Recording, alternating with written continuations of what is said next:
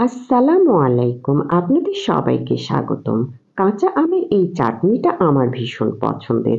কাঁচা আম শেষ হয়ে যাবার আগেই আপনারাও এই চাটনিটা তৈরি করে নিতে পারেন। কাঁচা আমের এই চাটনিটা তৈরি করার জন্য আমি এখানে ১.৫ কেজি কাঁচা আম খোসা ছাড়িয়ে এভাবে ছোট ছোট টুকরো করে কেটে নিয়েছি।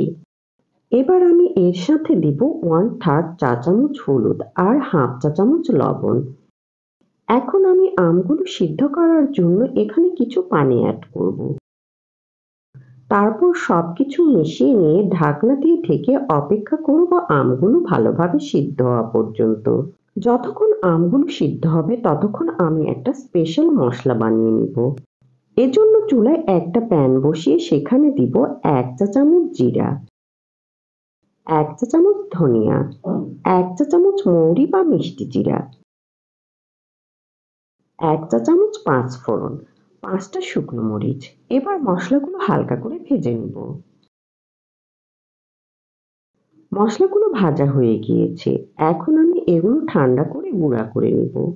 ফিরে এসেছি 20 মিনিট পর। আমগুলো ভালোভাবে সিদ্ধ হয়ে গিয়েছে। এবার আমি আমগুলো ম্যাশ করে নিব। আমি আমগুলো ভালো করে ম্যাশ করে নিয়েছি। এবার আমি এটা একপাশে রেখে দিব। এখন আমি চুলায় একটা প্যান বসিয়ে দিয়েছি। এবার আমি দিব 1 কাপ সরিষার তেল। তেলটা হালকা গরম হলে দিব কিছু থেতো করা রসুন আর 1 চা চামচ পাঁচফোড়ন। এবার রসুনটাকে ব্রাউন করে ভেজে নেব। সরিষার তেলে প্রথমে এরকম ফেনা তৈরি হয়, পরে আবার ফেনাটা কমে যায়।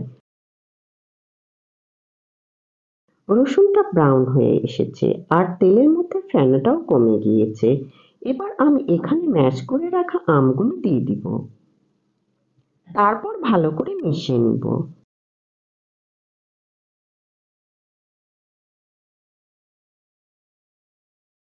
এরপরে এর সাথে দিব 1/3 চা চামচ লাল মরিচের গুঁড়া, 1.5 কাপ চিনি। চিনিটা আপনারা আপনাদের টেস্ট অনুযায়ী দিবেন।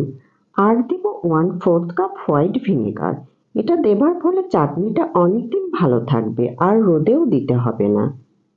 এবার সবকিছু মিশিয়ে নিব। এই চাটনিটা করার সময় চুলার তাপটা একেবারে লো করে একটু সময় নিয়ে সাবধানে চাটনিটা তৈরি করতে হবে। তা না হলে প্রথম অবস্থায় এটা অনেক পাতলা থাকার কারণে গায়ে ছিটকে পড়তে পারে।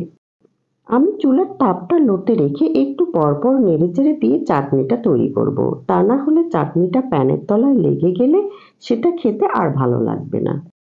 আমি প্রায় 1 ঘন্টা নেড়েচেড়ে জাল করেছি। এর জন্য চিনি থেকে যে পানিটা বেরিয়েছিল সেটাও প্রায় শুকিয়ে গিয়েছে। এবার আমি এখানে আগে তৈরি করে রাখা মশলাটা দিয়ে দিব। আর দিব 1/2 চা চামচ বিট লবণ। এতে করে চাটনিটার টেস্ট অনেক বেড়ে যাবে। এবার সবকিছু একসাথে মিশিয়ে নেড়েচেড়ে চাটনিটার সবটুকু পানি শুকিয়ে নিব।